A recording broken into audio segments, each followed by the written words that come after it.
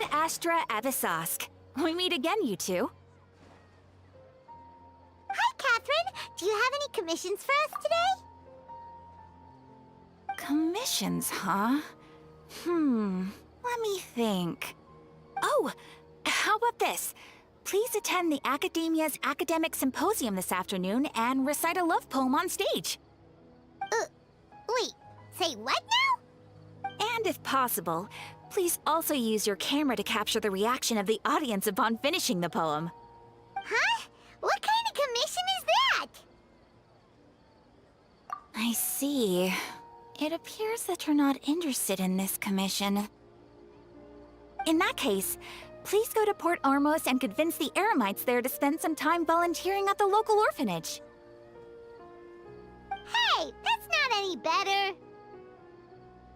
I'm sure the mercenaries will have some interesting reactions as well. Paimon's gotta ask, just who exactly has been submitting these commissions to the Adventurers Guild? Oh, the commissioner? Well, actually, I just wanted to see the two of you in action. Was it so obvious? I was hoping you would actually take one of those commissions. That kind of chance to observe humans doesn't come by often. Ah, so it's Nahida. Paimon just knew Catherine wouldn't crack those kinds of jokes. When did you get into her head? From when she said, Ad Astra Abisask? So it's been you this whole time? Are you done resting up, Nahida? Yes. I've been sleeping ever since we parted ways, and I even had a really long dream. It was another dream about the Sub-Zero's festival, except it was a happy one.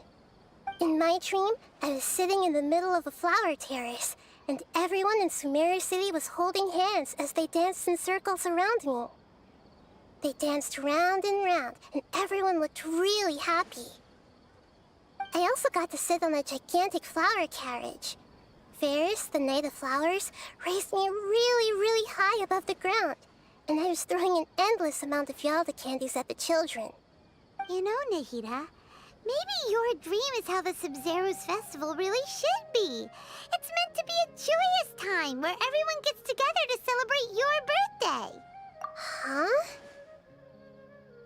Wasn't I describing a really happy dream? Why are you both looking at me like that? Wait!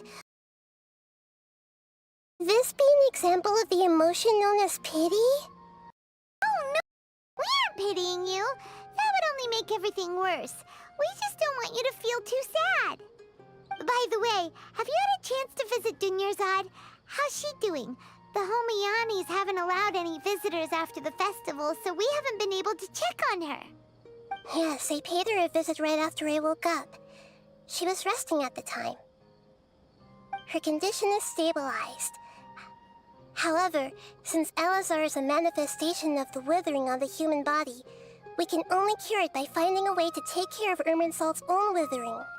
But for the moment, our top focus should still be figuring out what the sages are up to and what they're planning. Right. Who knows what'll happen if they manage to pull off another scheme like the Samsara of the Sub-Zero's festival? So our first priority should be investigating and putting a stop to the sages' activities. As for how we should pull that off, let's discuss it somewhere else. There are too many adventurers around here. Oh, good point. Sorry, adventurers. We're gonna be borrowing Catherine for a little while.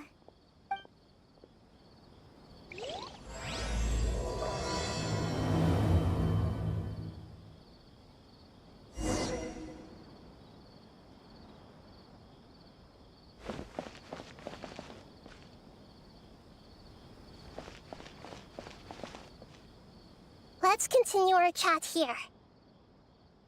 Okay, so do you have any ideas on how we can investigate the sages, Nahida?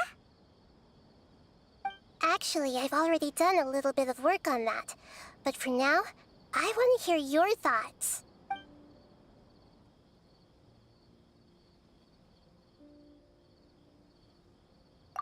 away. That's too risky. You mean it'd be too easy to get caught? No, it's not that. We shouldn't involve innocent students in this. A single mistake could completely ruin their lives. Doing that would be ignoring the safety of my people for my own selfish goals. How is that any different from what the sages are doing? That's a good point. Spoken like the god of Sumeru. We're in the dark as of now. Since we still don't know anything about their goals, any rash move could tip them off and lead to terrible consequences. After all, every person in Sumeru City is one of their hostages. I've already tried that, but all the key members of the Academia, even the core of 30 guards, intentionally avoid wearing their Akasha terminals. It seems that from the very beginning, they've been guarding against info leaks from the Akasha. Of course, it could also be because they're wary of me. Have you already caught the sage's attention? I'm guessing not yet, but distrusting me would make perfect sense if they've ever paid attention to the urban legends about me. In any case, I probably can't take over their minds directly.